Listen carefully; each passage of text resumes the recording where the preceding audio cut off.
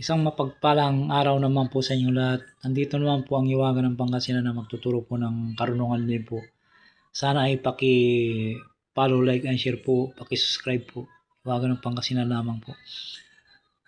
Ang ibabagi ko po sa inyo ay kung kayo po ay hindi marunong manghilot po, pwede nyo po itong ibuga sa langis at ihilot po kahit anong parteng masakit ang katawan o kahit pilay man o masakit na lalamunan, likod, pangkalatang panghilot po ito.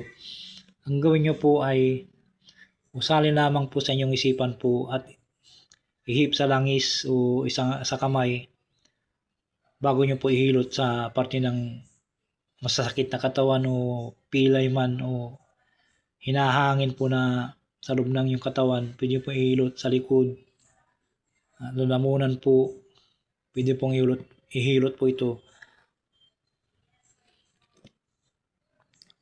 Orasyon sa panghilot po. Narito pang orasyon po.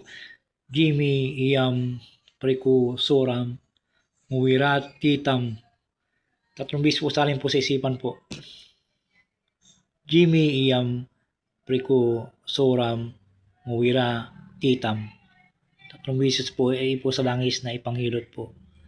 Sana po ay gawin po ito sa may paniniwala sa Diyos na makapangyarihan sa lahat para magabayan kayo sa inyong ginagawa sa panggamot po.